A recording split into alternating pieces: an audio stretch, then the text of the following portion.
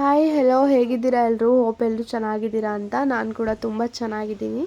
Welcome back to my YouTube channel. ಇನ್ನು ಯಾರೆಲ್ಲ ನನ್ನ ಚಾನಲ್ಗೆ ಸಬ್ಸ್ಕ್ರೈಬ್ ಮಾಡ್ಕೊಳ್ದೆ ವೀಡಿಯೋನ ನೋಡ್ತಿದ್ದೀರಾ, ದಯವಿಟ್ಟು ಚಾನಲ್ನ ಸಬ್ಸ್ಕ್ರೈಬ್ ಮಾಡಿಕೊಂಡು ವೀಡಿಯೋನ ನೋಡಿ ಅಂತ ಹೇಳ್ತಾ ಇವತ್ತಿನ ವ್ಲಾಗ್ನ ಸ್ಟಾರ್ಟ್ ಮಾಡ್ತಿದ್ದೀನಿ. ಏನಪ್ಪ ವ್ಲಾಗ್ ಅಂತ ಅಂದರೆ, ನನ್ನ ಮಗನ ಕಾನ್ವೆಂಟಲ್ಲಿ ಫಸ್ಟ್ ಪೇರೆಂಟ್ಸ್ ಮೀಟಿಂಗ್ ಇತ್ತು. ಅಂದರೆ ಲಾಸ್ಟ್ ಟೈಮ್ ಪೇರೆಂಟ್ಸ್ ಮೀಟಿಂಗ್ ಮಾಡಿದ್ರು, ಬಟ್ ಅದು ಓಪನ್ ಪೇರೆಂಟ್ಸ್ ಮೀಟಿಂಗ್. ಇದು ಒಂದು FA1 ಟೆಸ್ಟ್ ಮುಗಿದ ಮೇಲೆ ಇಟ್ಟಿದ್ದಂಥ ಮೀಟಿಂಗ್.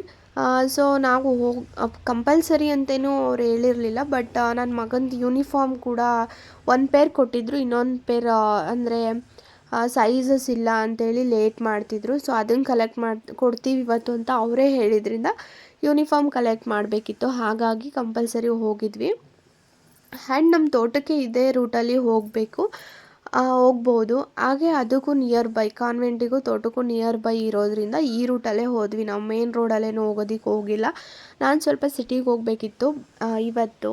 ಇದು ಸಂಡೇ ವ್ಲಾಗ್ ಆಗಿರುತ್ತೆ, ಸಂಡೇನೇ ಅಪ್ಲೋಡ್ ಮಾಡ್ತಿದ್ದೀನಿ ನಾನು ಕೂಡ. ಆ್ಯಂಡ್ ಸಿಟಿಗೆ ಹೋಗಬೇಕಿತ್ತು. ಏನಕ್ಕೆ ಅಂದರೆ ಹೇಗಿದ್ರೂ ಹೋಗ್ತೀವಲ್ಲ, ಆನ್ ದ ವೇ ಹೋಗೋಣ, ಅದು ಪೇರೆಂಟ್ಸ್ ಮೀಟಿಂಗ್ ಮುಗಿಸಿ ಹೋಗೋಣ ಅಂದ್ಕೊಂಡೆ. ನಾನು ಸ್ವಲ್ಪ ಥಿಂಗ್ಸ್ಗಳು ತೊಗೊಳೋದಿತ್ತು. ಆ್ಯಂಡ್ ನಂದು ಹೇಳಿದ್ನಲ್ಲ ನಿಮಗೆ ಡ್ರೆಸ್ಸಸ್ ಇದೆ ಅಂತ, ಅದನ್ನೆಲ್ಲ ನಂದು ಹಸ್ಬೆಂಡ್ ಎಲ್ಲನೂ ಸ್ಟಿಚಿಂಗ್ ಕೊಡಬೇಕಿತ್ತು. ಸೊ ಒಂದೇ ಸಲ ಕೊಟ್ಬಿಡೋಣ ಅಂತ ಅಂದ್ಕೊಂಡು ಹೋಗೋಣ ಅಂತ ಹೇಳಿದೆ. ಬಟ್ ಇವರು ಸ್ವಲ್ಪ ಹೊರಗಡೆ ಹೋಗ್ತಿರೋದ್ರಿಂದ ಬೇಡ, ನೆಕ್ಸ್ಟ್ ಒಂದು 2 ಡೇಸ್ ಬಿಟ್ಟು ಹೋಗೋಣ ಅಂತ ಕ್ಯಾನ್ಸಲ್ ಮಾಡಿದ್ರು. ಸೊ ಹಾಗಾಗಿ ಕಾನ್ವೆಂಟ್ ಅಷ್ಟೇ ಹೋಗಿ ಬರೋದ್ರಿಂದ ಹೋದ್ವಿ. ಕಾನ್ವೆಂಟ್ ಕೂಡ ಸಿಕ್ತು, ನೋಡ್ತಿರ್ಬೋದು. ಇಲ್ಲ, ನನ್ನ ಮಗಂದು ಒಂದು ಲಾಸ್ಟ್ ವೀಡಿಯೋದಲ್ಲಿ ಅಕ್ಷರಾಭ್ಯಾಸ ಮಾಡಿಸಿದ್ರು ಸ್ಟಾರ್ಟಿಂಗಲ್ಲಿ, ಅದನ್ನು ವೀಡಿಯೋನ ಅಪ್ಲೋಡ್ ಮಾಡಿದ್ದೀನಿ. ಅದರಲ್ಲಿ ಕಾನ್ವೆಂಟ್ ಎಲ್ಲ ಚೆನ್ನಾಗಿ ಕಾಣಿಸುತ್ತೆ. ಇನ್ ಕೇಸ್ ಯಾರಾದರೂ ನೋಡಿಲ್ಲ ಅಂತ ಹೇಳಿದ್ರೆ ಆ ವಿಡಿಯೋನ ನೋಡ್ಕೊಂಡು ಬನ್ನಿ. ಆ್ಯಂಡ್ ಇಳಿದು ಒಳಗಡೆ ಹೋದ್ವಿ. ಏನಪ್ಪ ಅಂದರೆ FA1 ಟೆಸ್ಟ್ ಅಲ್ವಾ, ಸೊ ನನಗೆ ನನ್ನ ಹಸ್ಬೆಂಡ್ಗೆ ಯಾವುದೇ ರೀತಿ ಎಕ್ಸ್ಪೆಕ್ಟೇಷನ್ಸ್ ಇರಲಿಲ್ಲ ಅವನ ಕಡೆಯಿಂದ. ನಮ್ಗೆ ಅದು ಬೇಕಾಗೂ ಇರಲಿಲ್ಲ. ಇದು ಸ್ಟಾರ್ಟಿಂಗ್ ಟೆಸ್ಟ್ ಆಗಿರೋದ್ರಿಂದ ನಮಗೇನಂದರೆ ಈ ಇಯರ್ ಪೂರ್ತಿ ಅವನು ಡಿಸಿಪ್ಲಿನ್ ಕಲಿಬೇಕು. ಆ್ಯಂಡ್ ಹೋಗಿ ಅವ್ನ ಕಾನ್ವೆಂಟಲ್ಲಿ ಫೋನು ಎಲ್ಲನೂ ಬಿಟ್ಟು, ಆಮೇಲೆ ನಮ್ಮ ಮೇಲೆ ಡಿಪೆಂಡ್ ಆಗೋದನ್ನ ಬಿಟ್ಟು ಮಾರ್ನಿಂಗಿಂದ ಈವ್ನಿಂಗ್ವರೆಗೂ ಕಾನ್ವೆಂಟಲ್ಲಿ ಅವ್ನು ಕೂತಿದ್ದು ಬಂದರೆ ಸಾಕು ನಮಗೆ. ಅವನೇನು ಈ ಇಯರ್ ಕಲಿಯೋದು ಬೇಡ, ನೆಕ್ಸ್ಟ್ ಇಯರಿಂದ ಬೇಕಿದ್ರೆ ಇದ್ದಿದ್ದೆ ಕಲೀಲಿ, ಇವಾಗ LKG, ಅವನ ಮೇಲೆ ಯಾವುದೇ ರೀತಿ ಪ್ರೆಷರ್ನ ಕೊಡಬೇಡ ಅಂತ ಹಸ್ಬೆಂಡು ಕೂಡ ನನಗೆ ಹೇಳಿದರು.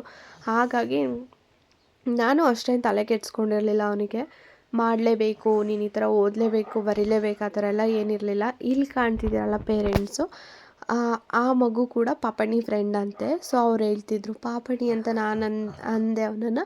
ಸೊ ಆವಾಗ ಪಾಪಣಿ ಅಂದರೆ ಇವನೇನಾ, ನಮ್ಮ ಪಾಪು ಯಾವಾಗಲೂ ಹೇಳ್ತಿರ್ತಾರೆ ಪಾಪಣಿ ಪಾಪಣಿ ಅಂತ ಮಾತಾಡ್ತಿದ್ರು. ಸೊ ಅವ್ರ ಹತ್ರ ಮುಗಿಸಿ, ಸೀರಿಯಸ್ಲಿ ಹೇಳಬೇಕು ಅಂದರೆ ಎಷ್ಟೋ ಸೀನಿಯರ್ಸ್ ಮಕ್ಳುಗಳನ್ನೆಲ್ಲ ಇವನು ಫುಲ್ ಫ್ರೆಂಡ್ ಮಾಡ್ಕೊಬಿಟ್ಟಿದ್ದಾನೆ. ಹೋಗಿದ ತಕ್ಷಣ ಎಲ್ಲರೂ ಹಾಯ್ ಪಾಪಣಿ ಪಾಪಣಿ ಪಾಪಣಿ, ಬಾ ಊಟ ಮಾಡ್ದ ಪಾಪಣಿ, ತಿಂಡಿ ತಿಂದ, ಆ ಥರನೇ ಮಾತಾಡ್ತಿದ್ರು.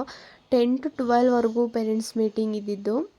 ಸೊ ಕ್ಲಾಸ್ ಟೀಚರ್ ಬಗ್ಗೆ ಹೇಳಬೇಕಂದ್ರೆ, ಇವರು ನನಗೆ ನನ್ನ ಮಗನ ಅಡ್ಮಿಷನ್ ಮಾಡ್ಸೋಕ್ಕೂ ಮುಂಚೆಯಿಂದನೂ ನನಗೆ ಗೊತ್ತು. ಅಂದರೆ ಅನ್ಎಕ್ಸ್ಪೆಕ್ಟೆಡಾಗಿ ನನಗೆ ಪರಿಚಯ ಇದ್ದರು ಅವರು. ಸೊ ನನ್ನ ಮಗನ್ನ ಇದೇ ಕಾನ್ವೆಂಟಿಗೆ ಸೇರಿಸ್ತೀವಿ ಅಂತ ಹೇಳಿ ಸೇರಿಸ್ದಾಗಲೇ ಗೊತ್ತಾಗಿದ್ದು ನನಗೆ ಗೊತ್ತಿರೋರು ಪಾಪಣಿ ಕ್ಲಾಸ್ ಟೀಚರ್ ಅಂತ. ಅಂದರೆ ಅವ್ರು ನನಗೂ ಕ್ಲೋಸ್ ಇದ್ದಾರೆ.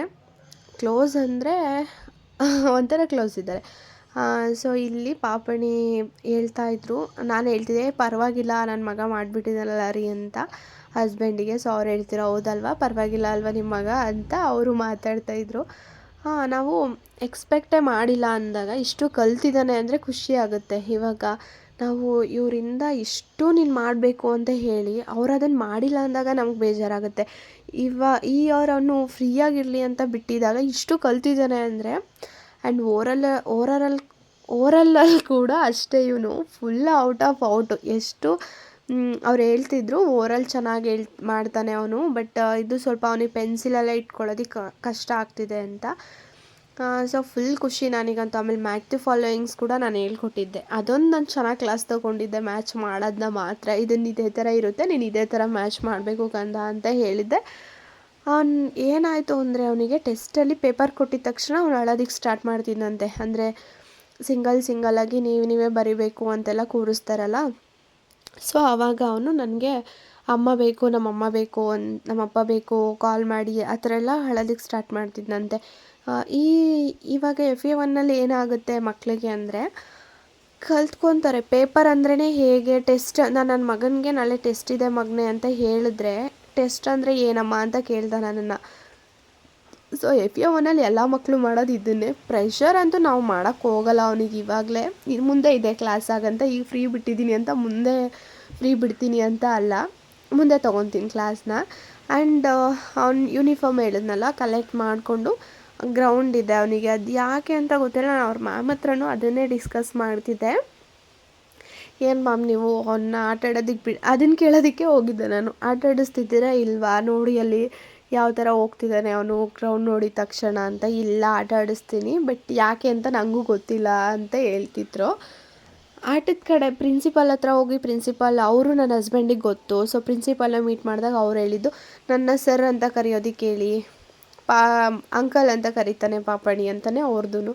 ಆ್ಯಂಡ್ ಇಲ್ಲಿ ಕಾಣ್ತಿದ್ದಾಳಲ್ಲ ಕ್ಯೂಟಾಗಿ, ಅವಳು ಅವ್ರ ಮ್ಯಾಮ್ ಮಗಳು, ಅಂದರೆ ಪಾಪಣಿ ಕ್ಲಾಸ್ ಟೀಚರ್ ಇದ್ದಾರಲ್ಲ ಅವ್ರ ಮಗಳು. ಸೊ ಅವಳು ನಾವು ಹೋಗೋಕ್ಕೂ ಮುಂಚೆಯಿಂದನೇ ವೆಯ್ಟ್ ಮಾಡ್ತಿದ್ಲಂತೆ, ಪಾಪಣಿ ಇನ್ನೂ ಬಂದಿಲ್ಲ ಅಂಥೇಳಿ. ಸೊ ಆಮೇಲೆ ಅವಳೆಲ್ಲೋ ಬೇರೆ ಕಡೆ ಬೇರೆ ರೂಮಲ್ಲಿ ಇದ್ಲು. ಸೊ ನಾನೇ ಹೋಗಿ ಕರ್ಕೊಂಬಂದೆ. ಆಮೇಲೆ ಪಾಪಣಿ ನೋಡಿ ಮಾತಾಡಿಸ್ಕೊಂಡು, ಇಬ್ಬರು ಫೋನಲ್ಲಿ ಮಾತಾಡ್ತಾರೆ, ಬಟ್ ಡೈರೆಕ್ಟಾಗಿ ಮಾತಾಡ್ತಿಲ್ಲ. ಯಾಕೆ ಅಂತ ಗೊತ್ತಿಲ್ಲ. ಅವಳು ಮಾತಾಡ್ಸೋದಕ್ಕೆ ಟ್ರೈ ಮಾಡ್ತಿದ್ಲು, ಅವಳು ಸ್ವಲ್ಪ ಇದ್ದಾಳಲ್ಲ, ಸೊ ಮಾತಾಡಿಸೋಕ್ಕೆ ಟ್ರೈ ಮಾಡಿದ್ಲು. ಇವನು ಮಾತಾಡ್ತಿರ್ಲಿಲ್ಲ. ಆಮೇಲೆ ರವಿ ಬೇರೆ ಕಡೆ ಹೋಗಬೇಕಿತ್ತಲ್ಲ, ನಾನು ಹೋಗಬೇಕು ಅಂತ ಹೊರಟ್ಬಿಡೋಣ ಅಂದಾಗ, ಶೇಕೆಂಡ್ ಮಾಡಿಬಿಡು ಅಕ್ಕನಿಗೆ ಅಂತ ಹೇಳ್ತಿದ್ರು. ನಾನು ಹಗ್ ಮಾಡು ಅಂತ ಹೇಳ್ತಿದ್ದೆ, ಬಟ್ ಅವನಿಗೆ ಯಾಕೋ ಒಂಥರ ಶೈ ಫೀಲ್ ಆಗ್ತಿತ್ತೇನೋ, ಮಾಡಲಿಲ್ಲ ಅವನು. ಆಮೇಲೆ ಅವಳು ಕೂಡ ನನಗೆ ಬಾಯ್ ಹೇಳಿ ಹೊರಟ್ಲು. ನಾವು ಇಲ್ಲಿಗೆ ಬಂದ್ವಿ, ರಿಟರ್ನ್ ಹೋಗೋಣ ಅಂತ ಬಂದ್ವಿ. ಅಲ್ಲಿ ಏನಪ್ಪ ಅಂದರೆ ಎಲ್ಲರೂ ಕೂಡ ಚೆನ್ನಾಗಿ ಮಾತಾಡಿಸ್ತಾರೆ, ಚೆಂದ ಇದೆ ಕಾನ್ವೆಂಟ್ ಕೂಡ. ಏನೂ ಆ ಥರ ಏನೂ ಇರಲಿಲ್ಲ, ಭಯ ಪಡೋ ಥರ ಏನಿಲ್ಲ. ಬಟ್ ನನ್ನ ಮಗಂದು ಅದೇ ಪ್ರಿನ್ಸಿಪಾಲ್ ಕಂಪ್ಲೇಂಟೇ ಜಾಸ್ತಿ ಇತ್ತು. ಆ್ಯಕ್ಟಿವ್ ಇದ್ದಾನೆ, ಆಮೇಲೆ ಆಟ ಆಡೋದ್ರ ಕಡೆ ಜಾಸ್ತಿ ಗಮನ ಇದೆ ಅವನಿಗೆ, ಓದೋದಕ್ಕಿಂತ ಆಟದಲ್ಲಿ ಜಾಸ್ತಿ ಇದೆ. ಆಮೇಲೆ ಲವ್ಲಿ ನೇಚರ್, ಅಂದರೆ ಎಲ್ಲರ ಜೊತೆನೂ ಬೆರೆಯೋ ಥರ ಇದ್ದಾನೆ. ಸೊ ಅವನನ್ನು ಬೇಗ ಟ್ರ್ಯಾಕಿಗೆ ತರ್ಬೋದು, ಕೂರಿಸ್ಕೊಂಡು ನೀವು ಸ್ವಲ್ಪ ಮಾತಾಡಿ ಅವನ ಜೊತೆ ಅಂತ ಹೇಳಿದ್ರು. ಆಮೇಲೆ ನನ್ನ ಪ್ರೇಯರಲ್ಲಿ ನಿಂತಿದ್ದಾಗೆಲ್ಲ ಅಂಕಲ್ ಅಂತ ಕರೆದು ಹಾಯ್ ಹೇಳ್ತಾನೆ. ಅದನ್ನು ಸ್ವಲ್ಪ ಸರ್ ಅಂತ ಕರೆಯೋದಕ್ಕೆ ಹೇಳಿ ರವೀಶ್ ಅಂತ ಅವ್ರ ಹತ್ರ ಮಾತಾಡಿಕೊಂಡ್ರು. ಆಮೇಲೆ ಮುಗಿಸಿ ನಾವು ಹೊರಡ್ತಿದ್ವಿ. ಅವರು ಕೂಡ ಅವ್ರ ಕಲೀಗ್ಸ್ ಜೊತೆ ಹೊರಗಡೆ ಹೋಗೋದಿತ್ತು.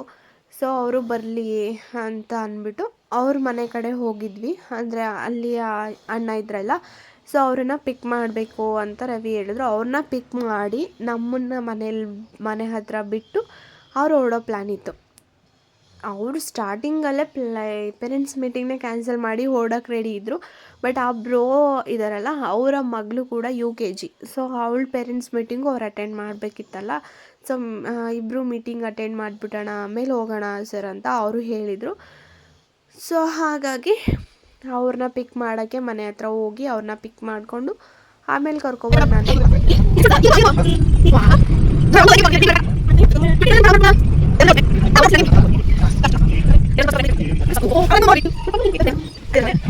ಇವತ್ತಿನ ವ್ಲಾಗ್ ಇದಾಗಿತ್ತು. ಮತ್ತೊಂದು ಹೊಸ ವಿಡಿಯೋ ಜೊತೆ ನಾನು ನಿಮಗೆ ಸಿಗ್ತೀನಿ.